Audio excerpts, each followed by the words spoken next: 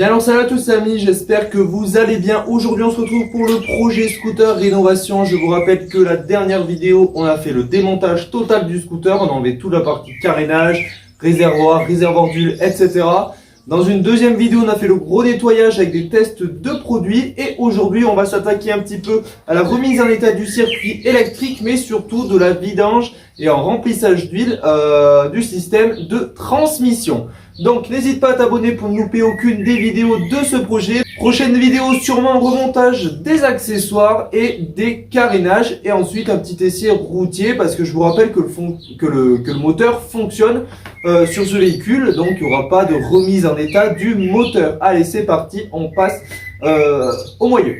Bien alors les amis, nous voilà sur ce qu'on va vidanger. Donc ici vous avez les mâchoires de frein, ici on a ce qui transmet la puissance à la route, ici on a la vis de vidange, juste ici on a le nombre d'huile qui rentre à l'intérieur, donc 0,12 litres, et ici on a la vis de vidange. Donc pardon, ici c'est la vis de remplissage. Donc comment s'assurer que vous êtes au bon niveau? Donc soit vous l'avez écrit là 0,12 litres, ou soit sur les scooters motos en général c'est par débordement, comme certaines boîtes de vitesse par exemple de voiture. Donc on va le faire par débordement, mais on viendra bien quand même voir si on a nos 0,12 litres à l'intérieur. Bien du coup les amis, j'ai carrément sorti la clé à choc. Je vous ai fait une vidéo de présentation dessus, vous avez le lien en description, et on va essayer de la choquer, on va voir ce que ça donne. Alors il faut bien que je sois en dévissage.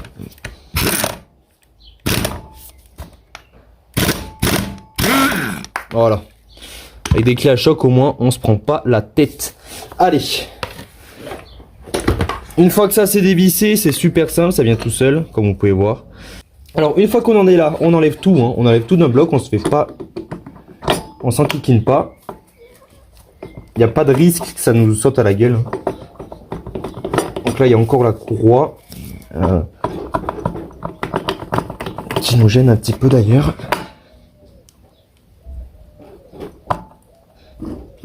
Allez, j'y suis presque.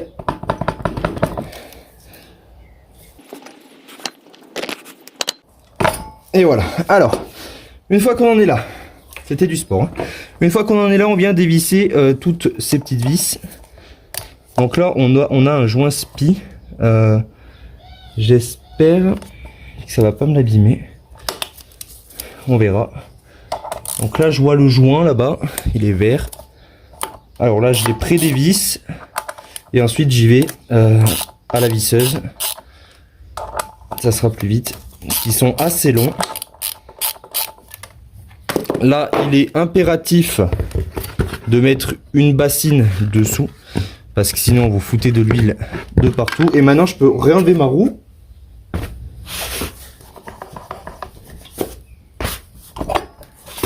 Voilà, je l'ai mis sur ma visseuse, j'ai mis un embout et je dévisse. Au moins, ça va bien plus vite.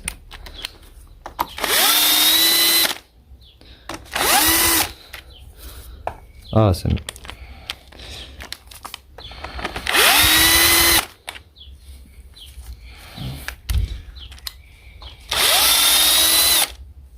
Voilà. Maintenant, j'enlève toutes mes vis. À ne pas perdre. Elles sont de la même longueur. Donc, il n'y a pas de problème pour ça. Et maintenant, ça doit venir assez facilement. Parce que c'est un joint papier. Donc, je pourrais... Et voilà. Bon. Au moins, c'est fait. Et regardez-moi la couleur de l'huile. Alors, le joint, je pourrais le récupérer. Tant mieux. Mais là, quand je vois la couleur de l'huile, ça, c'est une huile d'origine qui n'a jamais été vidangée. Là, j'ai un petit joint qu'il ne faut pas que je perde. Je le laisse bien ici. Ici, on a un roulement à billes. Très bon état. Il n'y a pas de limaille, ça m'a l'air correct. Donc c'est plutôt bien. On va faire un nettoyage au nettoyant frein.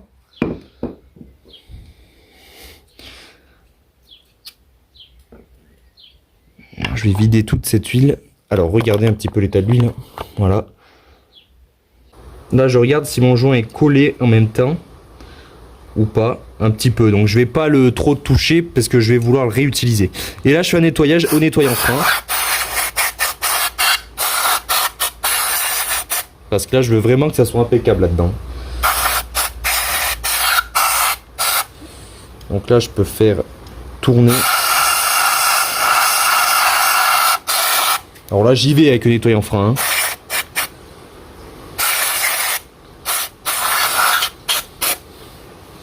Je vais incliner un petit peu la moto, comme ceci, pour faire couler un petit peu tout ça. Et là en fait, regardez, on a un petit peu de limaille quand même. Mais c'est normal parce que ça n'a jamais été vidangé.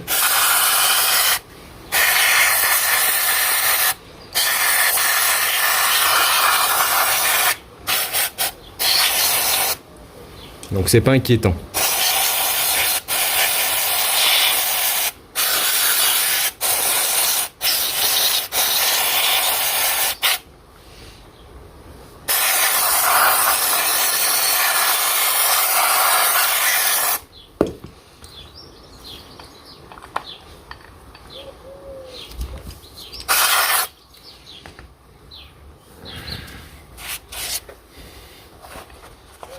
Allez, j'y passerai un coup de soufflette pour bien tout sécher.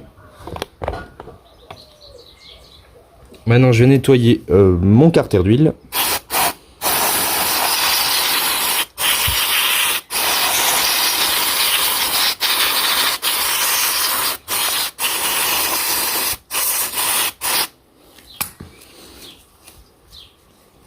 Bien évidemment, je fais couler dans la bassine et la bassine, ensuite, je mets dans des bidons que j'emmène à la déchetterie.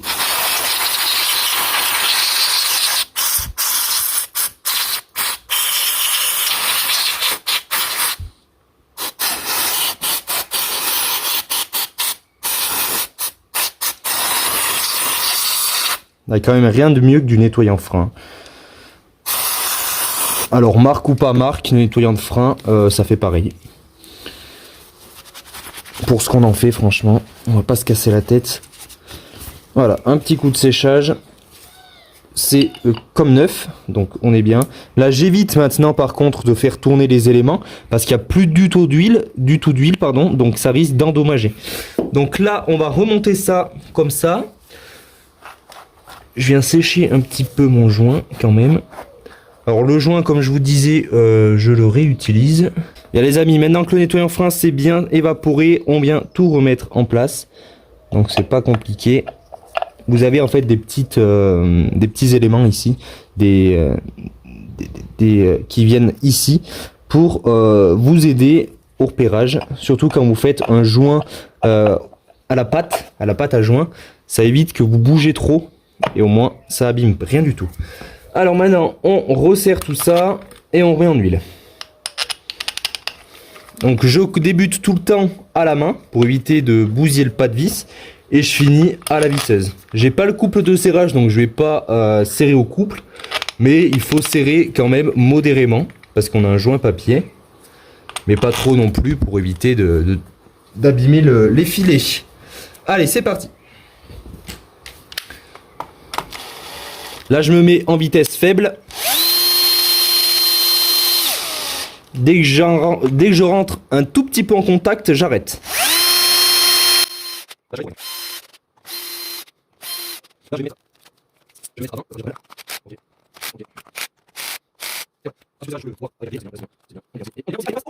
Au niveau de l'huile, j'ai une huile en 80-90, c'est ce qu'il faut pour ce scooter, c'est ce qui est préconisé.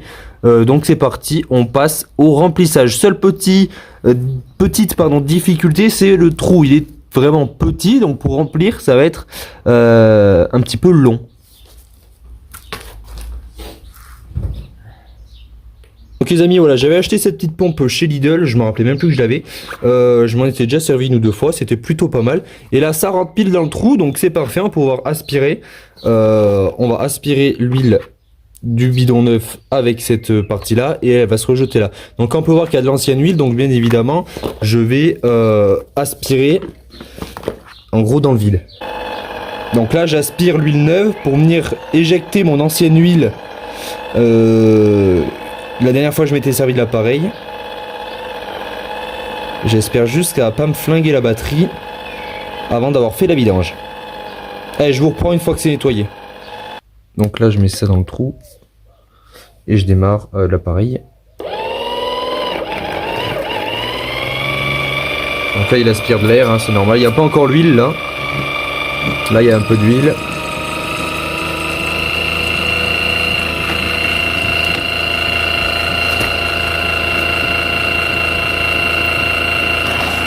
Alors là il n'y a que de l'air, donc je la laisse partir. Allez, c'est bon. Là je viens mettre dans le trou. Et on vient remplir. Maintenant on attend que ça déborde. Donc on n'aura pas vu le niveau exact. Mais de toute façon par débordement ça marche. Hein. C'est marqué sur les documents officiels. Mais les amis, ça y est, le remplissage est quasiment terminé je pense. Mais regardez à quelle allure ça goûte. Donc là c'est du goutte à goutte. Donc c'est normal que ça mette des plombes à se remplir. Et les amis, ça y est, on a le débordement. Donc en fait, je remplissais, mais ça faisait limite un joint en fait avec mon tuyau. Donc dès que je l'ai enlevé, j'ai vu que ça coulait en continu. Donc là, c'est bon, notre niveau est fait. On laisse bien tout s'égoutter comme il faut. On remet le vis et on repasse au remontage. Donc là, ça y est, on est... Le filet d'huile a disparu. Je viens revisser ça.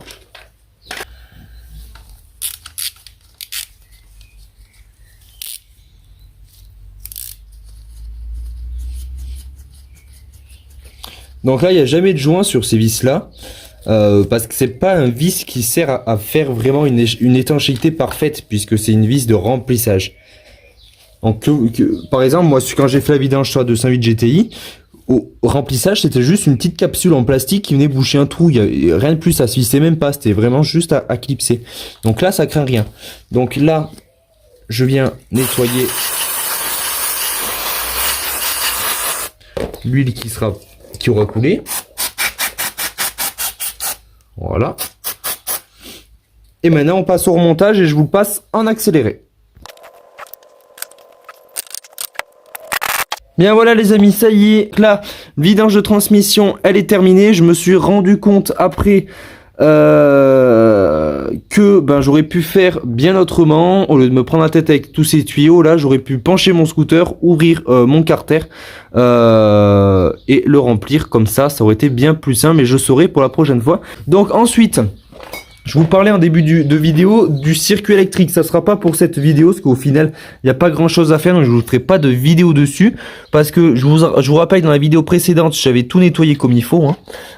Donc il faut juste reclipser ce qui est déclipsé, remettre la batterie, voilà, faire un autre petit nettoyage, enfin enlever ces morceaux de scotch qui vont au niveau des clignotants arrière, remettre une petite cosse juste au bout, ça y a rien de plus simple. Bien les amis, je vous dis merci d'avoir regardé cette vidéo et à bientôt sur Bagnole, Vidange et Entretien. Ciao!